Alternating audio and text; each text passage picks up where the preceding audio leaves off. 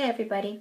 So today we're going to discuss perfumes again, and today there are two on the chopping block. We have Guerlain Terracotta La Parfum, and we have a Vanilla Grapefruit by Lavanilla Laboratories. Let us start with the Guerlain. I am a big fan of this house.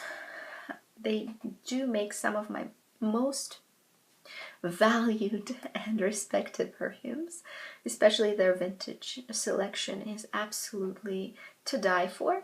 This is one of the newer releases. This was composed in 2014 and initially released as a limited edition fragrance, and I bought it at that time. Here we have the second bottle. Now I have repurchased this scent and I will tell you why, but I don't know whether you will want to go and purchase it for yourself. So this is this beachy scent category, and I have to say, of course, if you have been watching my channel, you might be aware of the fact that beachy scents aren't really normally my thing. However, I can appreciate a nicely constructed perfume when it comes along, even if it isn't my thing. Particularly this Terracotta La Parfum. Previously, within the last few years, I've used up a whole bottle of it from the limited edition when it initially came out, and I've replaced it because it is the perfect summer beachy scent. If you are looking to wear a summer beachy scent, that is an exciting pick. Very well constructed, very good quality ingredients. Sillage is minimal, which is not bad because in the heat of the summer you don't necessarily want to have a huge throw. It'll throw people off and really can upset some people with a migraine. But Terracotta is a very good example of how a well-made beachy perfume can fare.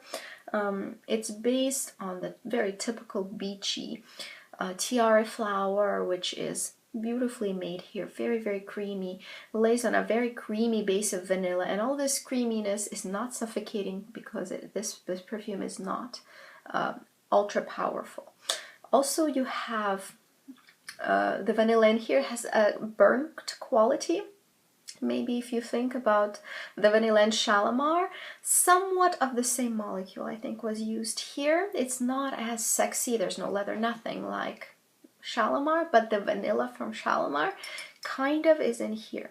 There is definitely coconut, there is definitely ylang ylang. It's well constructed, sort of floral concoction of a very tropical variety. Now, you have to really sort of accept the simplicity of the product because it is a beachy floral scent.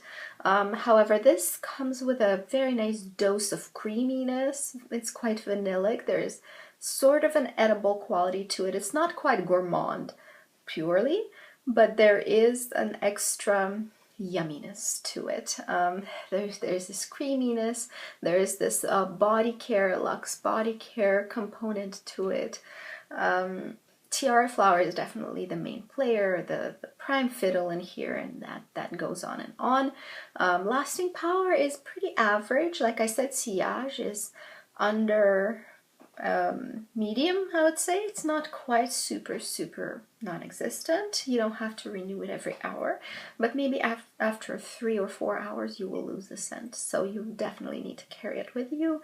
And this is part of the reason why I actually went through the whole bottle, because, well, the scent, it doesn't stay all that well. On clothes it stays better than on skin, but the pyramid isn't as exciting and as interesting on your clothes than as compared to the skin, of course. So it's of course a Guerlain, so the packaging is gorgeous. The cap is actually wooden, which I really appreciate. It gives it much of a luxe spin for the packaging. Golden coin in the middle with the sun, very terracotta. It's very Guerlain. It's very fitting to the collection, and it's very fitting to the fragrance inside. They did a fantastic job fitting it in. I would say this fragrance represents the Terracotta collection very well. If you are also a fan of the scent of the powders from the Terracotta collection, Tiara is in here as well, so you'll be able to sort of associate those scents together and you know, top up with the fragrance. This is quite a nice take on the beachy fragrance category. I think if I was to keep a single beachy fragrance in my perfume collection, that would probably be my pick, just because it is so well done in terms of not being too heavy, not being too light, not being too simple, not being too complex, not being too much of anything really, which makes it exceptionally wearable. I wouldn't call it particularly a work scent, but it does have that quality of skincare and this vanillic undertone to it. It makes it quite wearable, even to work, especially maybe half an hour after you have sprayed it. It does create more of a skincare luxe body oil sort of scent with a creamy vanilla on top. Very appropriate for most occasions. And that's also the reason why I went through an entire bottle of this. It's just so easy. This is definitely a holiday scent. I would recommend this for holidays. I think that would fare very, very well in the tropical sort of atmosphere, fit right in, and you will smell quite expensive. It does not smell cheap, and beachy perfumes do have that tendency to smell like tanning oil and sand and nothing else, but this is not it. This will smell like a Guerlain. It's a Guerlain gone to the beach. It has the big sunglasses and the white brimmed hat, you know, it's that lady. The structure of it is very, very commendable, but for me this is just not my favorite style of scent. However, I can totally appreciate it enough to even repurchase. And there's a reason why I picked these two fragrances to be in the same video, because they kind of represent the same thing. With this one, I don't really get an image apart from a beach to where I could attribute certain thoughts or parallels or any kind of really emotional connection. This is not an emotional perfume for me. It's just a pleasant beachy scent. This one, I think I feel a little bit more for. And this is Lavanilla Laboratories Vanilla Grapefruit. Really, you smell vanilla and you smell grapefruit. The vanilla has this really nice creamy quality to it, which really refers me back to Chanel Allure, and I mentioned it before. It's the same kind of cozy creaminess, the same cashmere quality, the same softness to the vanilla. So quite impressive that they were able to bottle it in such a reasonably priced fragrance. This is not cheap by any means, but it's also not Chanel prices. It's not ultra complex.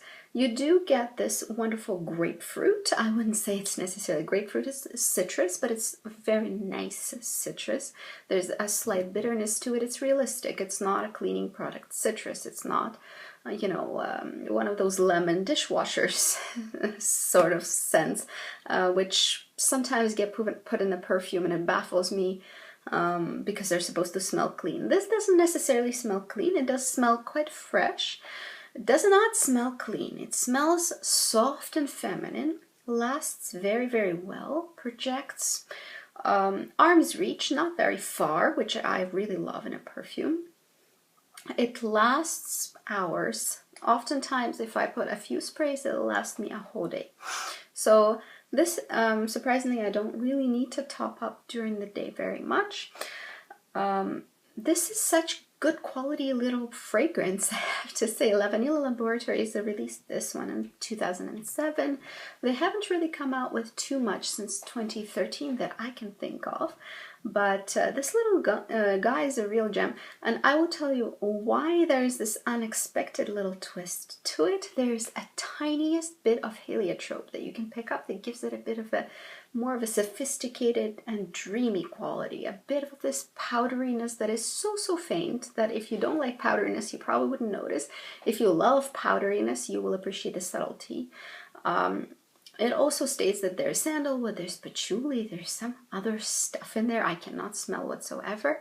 I think it's either very minimal or so not there that it's really difficult to pick up with a nose that is not perhaps professionally trained. Although I do consider that I have quite a good nose, so I was surprised I could not smell those. But definitely this slight powderiness is probably what attracted me to this particular one from the Lavanilla Laboratories. It is more sophisticated, more dreamy. Heliotrope here is girly, so the whole deal is quite fluffy feeling.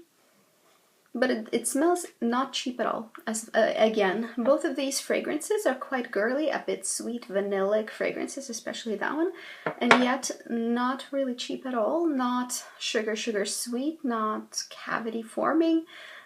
Really wearable, very wearable scent. Again, here I don't really get an image or some kind of a description. There's no poetry in these scents. These are super wearable basics that I think it's easy to have in your perfume wardrobe, and they're very easy to use. They really don't require an occasion. You can wear them wherever.